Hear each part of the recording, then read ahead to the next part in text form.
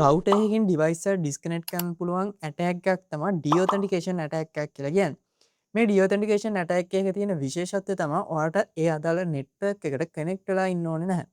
හරි. ඉතින් අපි බලමු කොහොමද ඩිඔතෙන්ටිකේෂන් ඇටැක් එකක් කරන්න කියලා.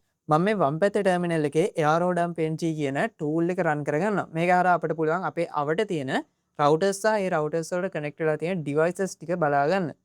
හරි. දකුණු පැත්තෙන් තමයි අපි ඇටැක් එක සිද්ධ කරන්නේ. මම මේ ඇටැක් එක කරන්නේ මෙන්න මේ රවුටර් එකට.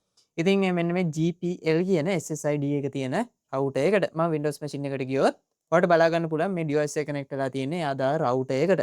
මෙතනදී ඔයාලට බලා ගන්න පුළුවන් ඒ ආදාර රවුටර් එකට කනෙක්ට් වෙලා තියෙන device එකේ MAC address එක. ඒ වගේම රවුටර් එකේ MAC address එකක් තියෙනවා. ඉතින් අපිට මේ දෙක පාවිච්චි කරලා පුළුවන් අදාර රවුටර් එකට deauthentication attack එකක් කරන්න. ඉතින් AR replay ng කියන tool එකේ මම මේ විදිහට deauthentication attack එක කරනවා.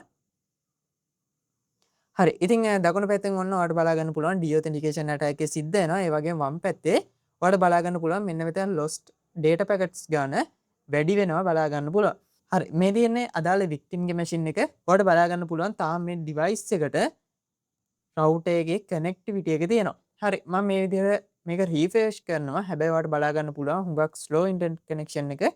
අපි ටික වෙලාවක් බලන් ඉමු මේ අදාළ device එකෙන් router එක disconnect වෙනකම්. හරි. ඉතින් තප්පර 30ක් 40ක් ගියාට පස්සේ බලා ගන්න පුළුවන් අදාළ device එකෙන් router එක disconnect වෙලා තියෙනවා. ඉතින් මෙන්න මේ විදිහට router එකෙන් disconnect වෙලා තියෙනවා. ආව ඕන connect වෙන්න පුළුවන්. connect වුණා. ආව තප්පර 20කින් 30කින් අදාළ device එක disconnect වෙනවා. ඉතින් මේ deauthentication attack එක සිද්ධ වෙනකම්ම මේ විදිහට අදාළ router එකට device එක connect වෙන්න හැකියාවක් නැහැ.